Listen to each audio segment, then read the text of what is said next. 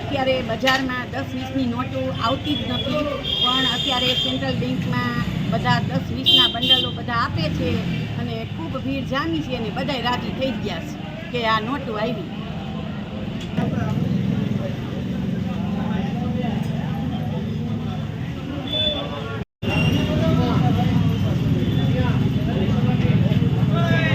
છોકરા છે ઘરના ગમે તેમ લઈને બાય ના પડે.